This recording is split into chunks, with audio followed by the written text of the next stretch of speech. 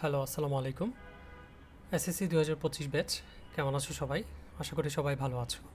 আগামী 6 তারিখ তোমাদের জীববিজ্ঞান পরীক্ষা। তো জীববিজ্ঞান ফাইনাল সাজেশন নিয়ে হাজির হয়ে গিয়েছি।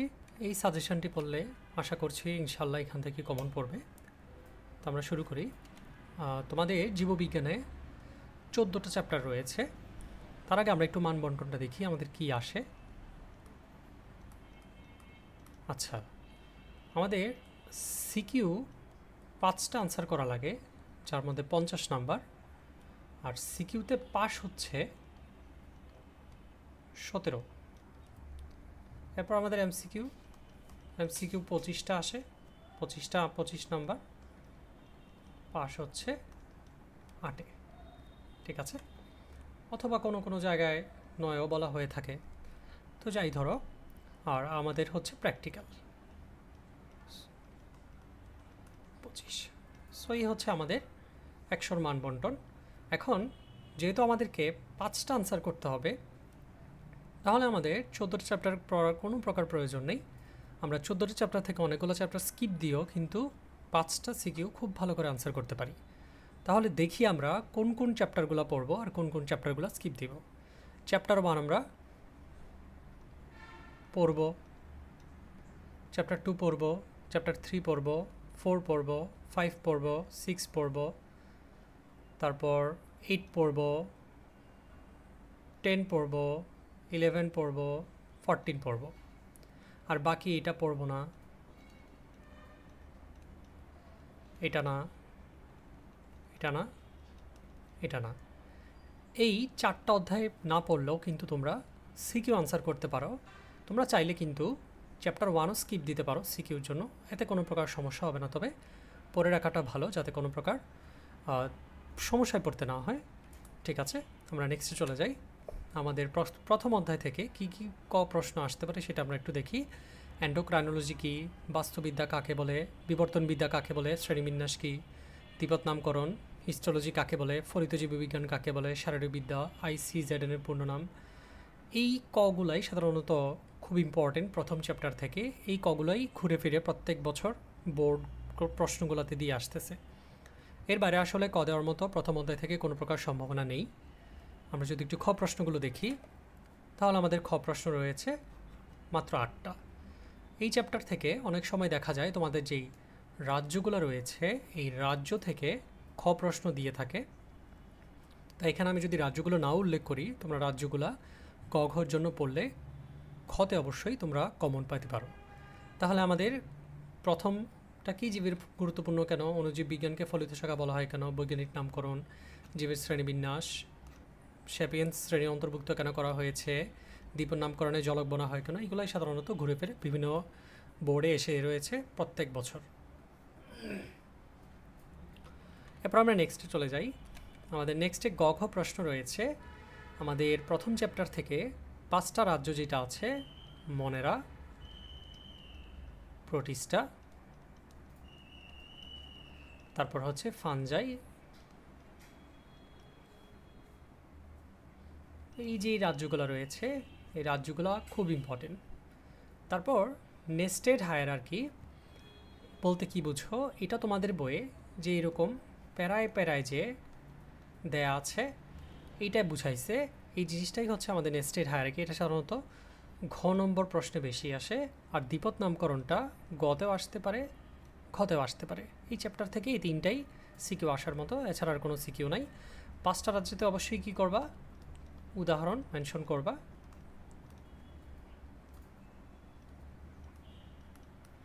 চিত্র দেওয়া লাগবে না।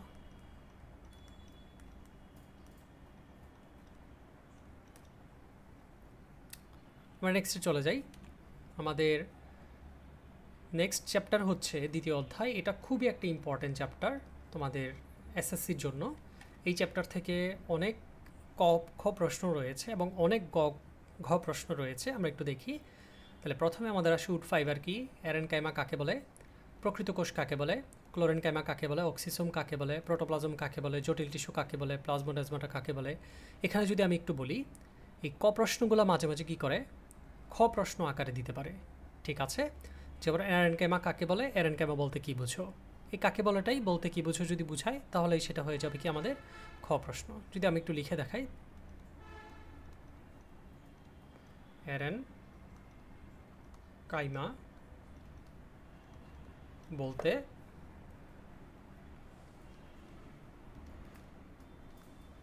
কি বুঝো, এটাই হয়ে গেল আমাদের খ প্রশ্ন। তাহলে যেগুলো আমাদের ক প্রশ্ন সেগুলোকে জাস্ট একটা শব্দ চেঞ্জ করলে আমাদের কিন্তু খ প্রশ্ন চলে আসে।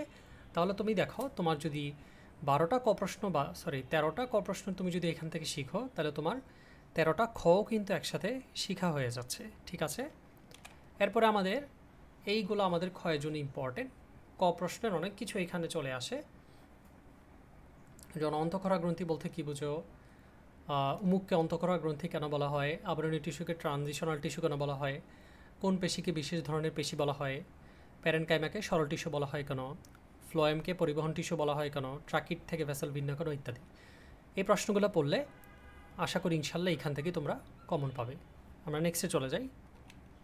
আমাদের নেক্সট হচ্ছে গঘ প্রশ্ন। গঘ প্রশ্ন আমাদের প্লাস্টিক থেকে আসে, ক্লোরোপ্লাস্ট,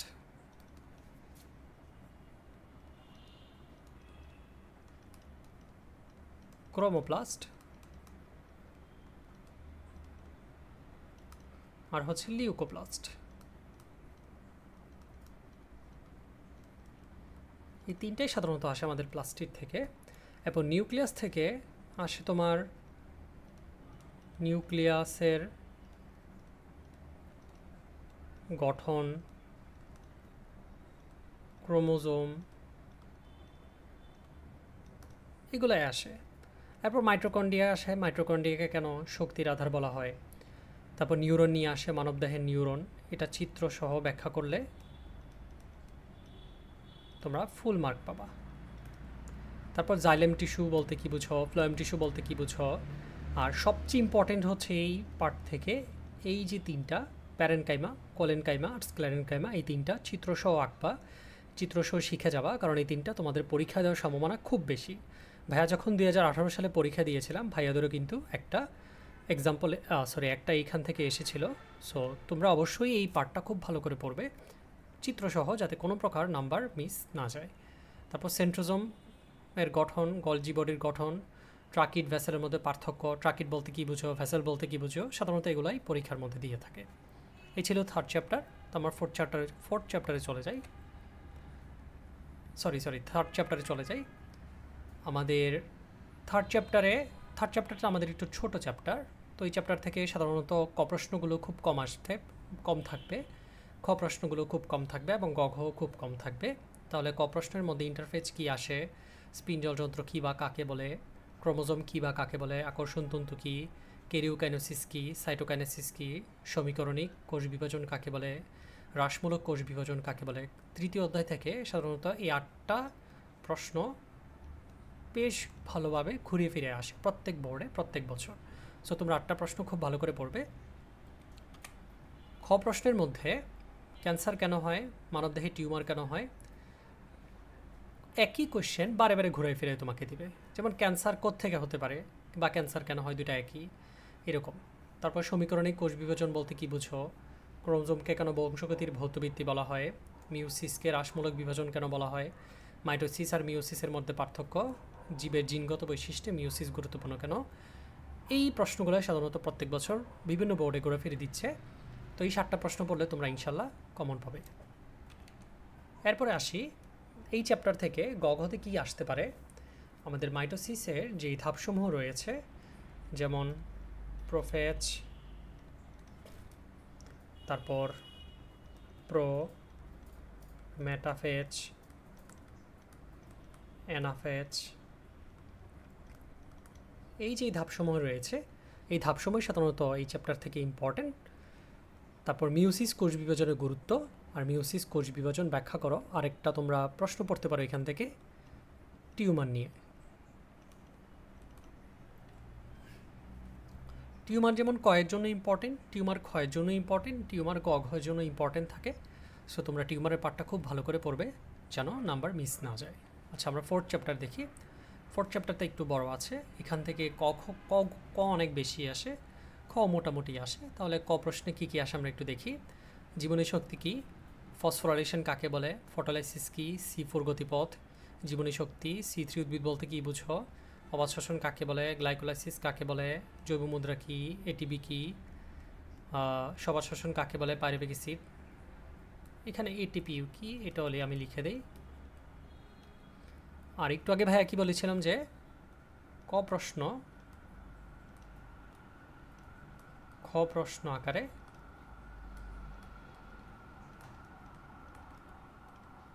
আসতে পারে, তাই তোমরা ক প্রশ্নগুলো খুব ভালো করে পড়বে, যাতে এই ক প্রশ্ন থেকে যে কোনো প্রশ্ন যদি খ প্রশ্ন আকারে চলে আসে তাহলে তোমরা যাতে আনসার করতে পারো।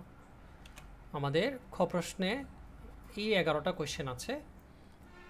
সবালতে সালোক সংশ্লেষণ কেন সমান হয় না, মূলে শ্বসন ক্রিয়ার হার বেশি কেন, ঢ্যাঁসকে কেন স্মৃতি উদ্ভিদ বলা হয়। এটার ব্যাখ্যা হচ্ছে অনেক সময় দেখা যায় এই ঢ্যাঁসের মধ্যে বিভিন্ন উদ্ভিদের নাম দেওয়া থাকবে, যেমন আম, জাম, কাঁঠাল, লিচু। এই উদ্ভিদগুলোকে কেন C3 উদ্ভিদ বলা হয়, এই উদ্ভিদগুলোকে কেন C4 উদ্ভিদ বলা হয়, এটিপি একটু জৈব শক্তি। এটা অনেক একটা ইম্পর্টেন্ট পার্ট। তারপরে এই যে 6 নম্বরটা একটা ইম্পর্টেন্ট, গ্লাইকোলাইসিস সবাত অবাত শ্বসনের প্রথম ধাপ ব্যাখ্যা করো। এটাও অথবা গ্লাইকোলাইসিস ব্যাখ্যা করো, সবাত শ্বসনের প্রথম ধাপ ব্যাখ্যা করো, অবাত শ্বসনের প্রথম ধাপ ব্যাখ্যা করো।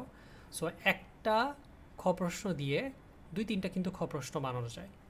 তারপর কিভাবে এডিপি সৃষ্টি হয়, মধ্যবয়সী পাতায় সালোক সংশ্লেষণ কেন বেশি ঘটে, এটিপি রিচার্জেবল ব্যাটারি, সালোক সংশ্লেষণের হার কমে কেন যায়, বেড়ে কেন যায়, ক্যালভিন চক্রকে কেন C3 গতিপথ বলা হয়। এই প্রশ্নগুলোই সাধারণত তোমাদের 4th চ্যাপ্টার থেকে পরীক্ষার হলে এসে থাকে।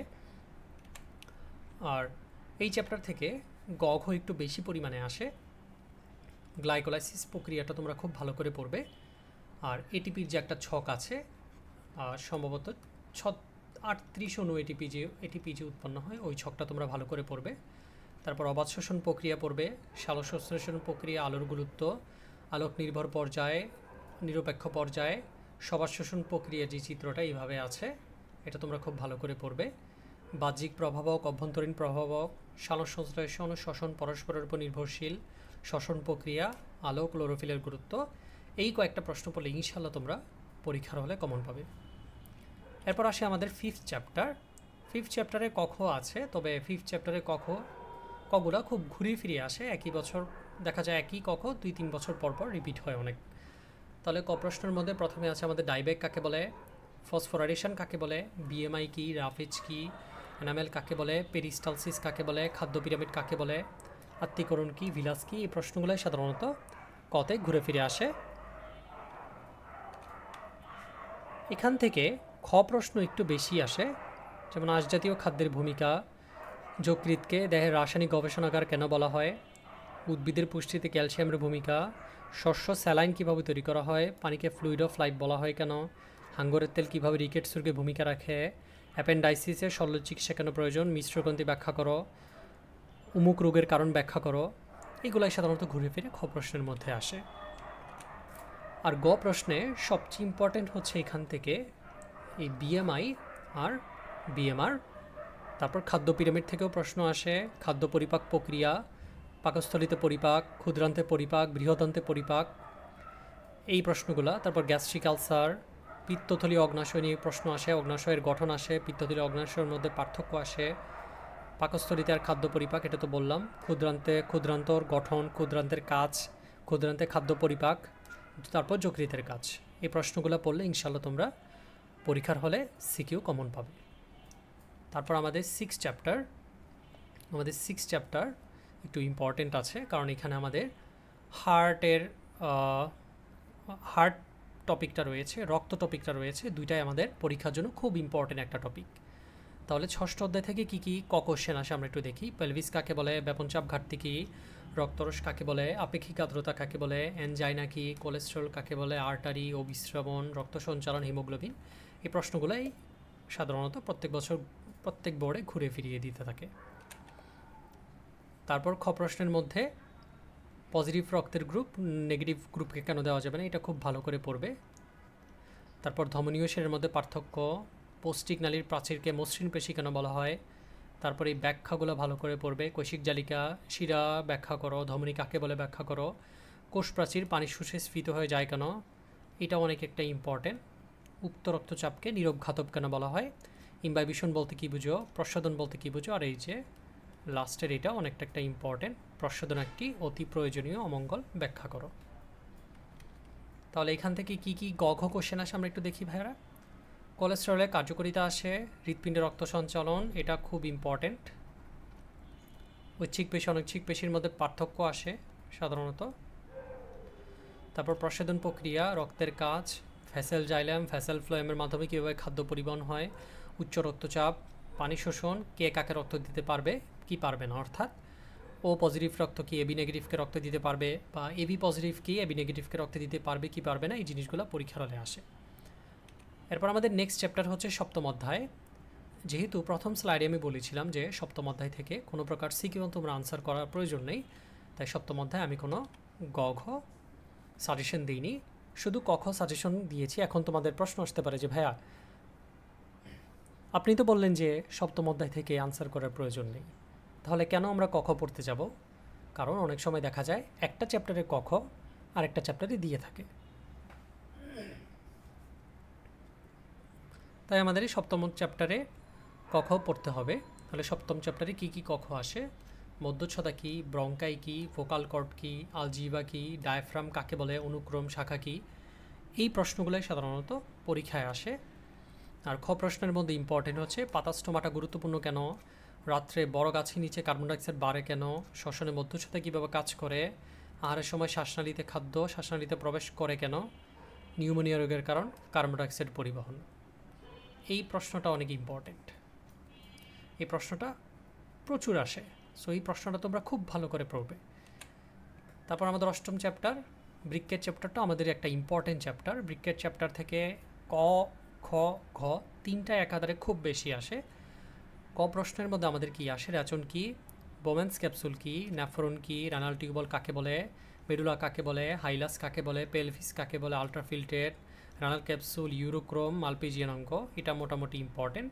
আসলে সবগুলো ইম্পর্টেন্ট, বাট কিছু আসে দেখা যায় অনেক বেশি আসে, সেটাকে আমি একটু ইম্পর্টেন্স দিচ্ছি আর কি। তারপর খ প্রশ্নের মধ্যে যে প্রথম যেই প্রশ্নটা রয়েছে ভাইয়া, এটা অনেক ইম্পর্টেন্ট। অসমো রেগুলেশন বলতে কী বোঝায়, তারপর মানবদেহে পানি সাম্যতার গুরুত্ব ব্যাখ্যা করে আসে, গ্লোমেরুলাস কীভাবে কাজ করে আসে, বৃক্কে পাথর কেন হয়, কীভাবে মূত্র তৈরি হয়, আর মূত্রনালী সুস্থ রাখার উপায়, এই কোশ্চেনগুলো বারে বারে আসে। সো এই কোশ্চেনগুলো তোমরা ভালো করে পড়বে। আর একটু আগে যে বললাম যে ক প্রশ্নগুলো মাঝে মাঝে ক প্রশ্ন দিয়ে থাকে, সো তোমরা ক প্রশ্নগুলো খুব ভালো করে পড়বে যেন তোমরা খ প্রশ্নে আসলে কোনো প্রকার সমস্যা না হয়। আমরা নেক্সটে চলে যাই। আমাদের গ ঘতে নেফ্রনের গঠন অনেক ইম্পর্টেন্ট। তারপর বৃক্ক অগজ হলে এটা পড়বা, বৃক্কের লম্বচ্ছেদের চিত্র অনেকটা ইম্পর্টেন্ট, বৃক্ক কীভাবে মূত্র তৈরি করে, তারপর নেফ্রনের চিত্র অনেক ইম্পর্টেন্ট, তারপর বৃক্ক প্রতিস্থাপন, ডায়ালাইসিস, বৃক্কের কাজ, এই কয়েকটা পড়লে তোমাদের অষ্টম চ্যাপ্টার থেকে গঘর কোয়েশ্চেন ফুল কমপ্লিট হয়ে যাবে। এর বাইরে ইনশাল্লাহ তোমাদের পরীক্ষায় কোয়েশ্চেন দিবে না। এরপর আমাদের নবম চ্যাপ্টার থেকেও সিকিউ আনসার কোনো প্রয়োজন নেই, তাই আমি নবম চ্যাপ্টার থেকে কোনো প্রকার গঘর সাজেশন দিইনি। নবম চ্যাপ্টার থেকে খুব কম পরিমাণে ক প্রশ্ন আসে, যেমন ট্যান্ডন কী, অস্থিসন্ধি কী, অস্টিওপ্যারাসিস কী, সাইনিয়াভেল রস কী, লিগামেন্ট কাকে বলে, তরুণাস্থি কী, এই 6টা পড়লেই তোমাদের নবম অধ্যায় থেকে ক আশা করি ইনশাল্লাহ কমপ্লিট হয়ে যাবে। আর খ প্রশ্ন একটু বেশি রয়েছে, যেমন কঙ্কালের 5টি কাজ উল্লেখ করো, ট্যান্ডন ও লিগামেন্টের মধ্যে পার্থক্য, এটা একটু ভালো করে পড়বে, কারণ এটা তোমাদের পরীক্ষা আসে সম্মান রয়েছে। অস্থি তরুণাস্থির পার্থক্যটাও তোমরা ভালো করে পড়বে, এটাও একটু ইম্পর্টেন্ট। তারপর পার্কিনসন রোগে মাংসপেশি তার কার্যকারিতা হারায় কেন, মাংসপেশির কাজ উল্লেখ করো, আর্থারাইটিস বলতে কী বোঝো, এই 7টা পড়লে ইনশাল্লাহ তোমাদের সপ্তম চ্যাপ্টার থেকে খ সাজেশন কমপ্লিট হয়ে যাবে। এরপর আসে আমাদের দশম চ্যাপ্টারটা আমাদের একটা ইম্পর্টেন্ট চ্যাপ্টার, কারণ আমাদের মস্তিষ্ক নিয়ে এই চ্যাপ্টারে বর্ণনা করা হয়েছে। এই চ্যাপ্টার থেকে কী কী ক প্রশ্ন আসে আমরা একটু দেখি।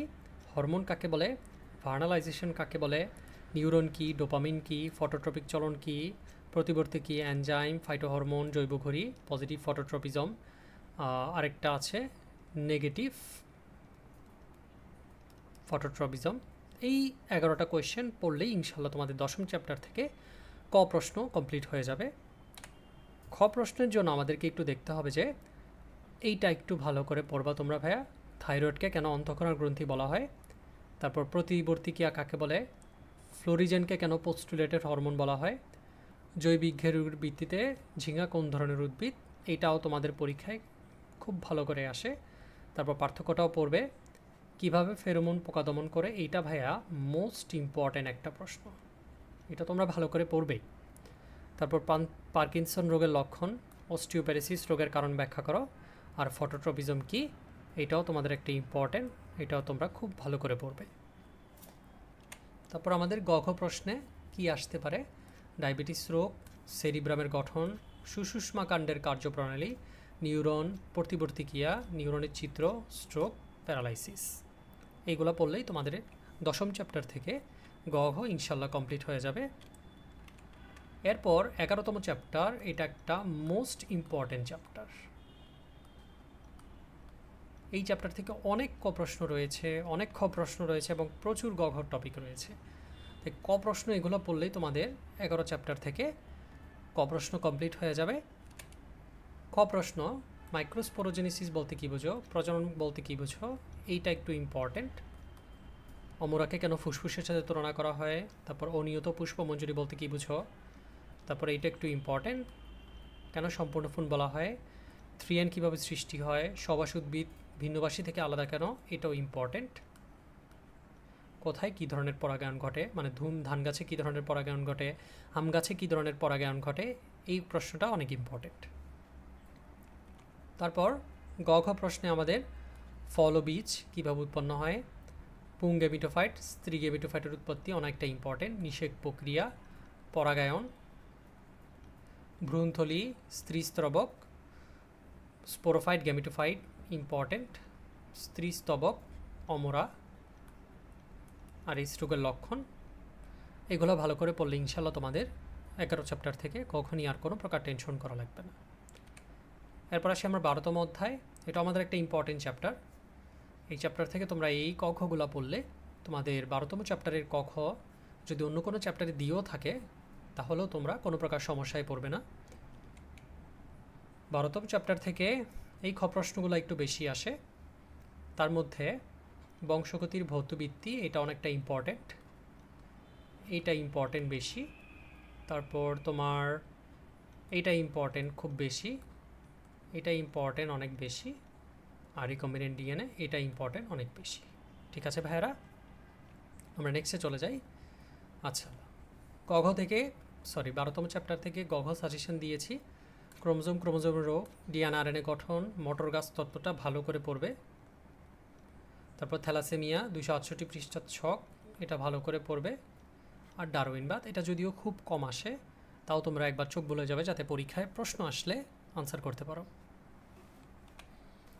তারপর 13তম চ্যাপ্টার, এই চ্যাপ্টার থেকে সিকিউ আনসার করার কোনো প্রয়োজন নেই, কারণ তোমরা অলরেডি অনেকগুলো চ্যাপ্টারের সিকিউ তোমরা পড়ছো, তাই এই চ্যাপ্টারের সিকিউ স্কিপ করলেও কোনো প্রকার সমস্যা হবে না।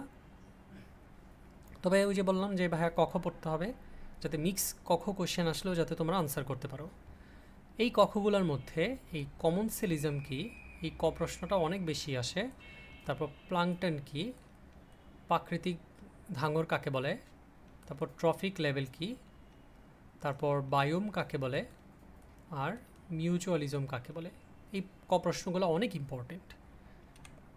তারপর খ প্রশ্নের জন্য এই হারবিবোরাস, তারপর কার্বিবোরাস কেন অপকৃত বল বলা হয়, আর খরগোশ কোন ট্রফিক লেভেলকে প্রতিনিধিত্ব করে। 14তম অধ্যায় থেকে আমরা একটু দেখি। 14তম অধ্যায়, জীব প্রযুক্তি, বায়োটেকনোলজি, টিস্যু কালচার কাকে বলে, জেনেটিক ইঞ্জিনিয়ারিং, অন্ত্রে কোন ব্যাকটেরিয়া বাস করে, এক্সপ্লান্ট কি, ট্রান্সজেনিক, জিএমও, এই চ্যাপ্টারের সবগুলা কই খুব ইম্পর্টেন্ট, সবগুলা কই সাধারণত পরীক্ষার মধ্যে এসে থাকে। আর 14তম অধ্যায় থেকে কোনো প্রকার খ কোশ্চেন আসার মতো সম্ভাবনা নেই, খুব কম দেয়, তাই এই চ্যাপ্টার থেকে আমি কোনো প্রকার খ সাজেশন দিইনি। এই চ্যাপ্টার থেকে টিস্যু কালচার প্রযুক্তির ধাপসমূহ তোমরা ভালো করে পড়বে, রিকম্বিনেন্ট ডিএনএ একটা ইম্পর্টেন্ট টপিক, এটা ভালো করে পড়বে, আর জেনেটিক ইঞ্জিনিয়ারিং ব্যবহার। তো এই ছিল ভাইয়া তোমাদের জীববিজ্ঞান ফাইনাল সাজেশন। ভিডিওটি কেমন লেগেছে তোমরা কমেন্টে জানিও। এই আর স্লাইডের পিডিএফ আমি ডেসক্রিপশন বক্সে দিয়ে দিব, তোমরা ডাউনলোড করে ইউজ করবে। ঠিক আছে, সো তোমরা ভালো করে পরীক্ষা দাও, চিত্র ভালো করে শিখো। আল্লাহ হাফেজ, আসসালামু আলাইকুম।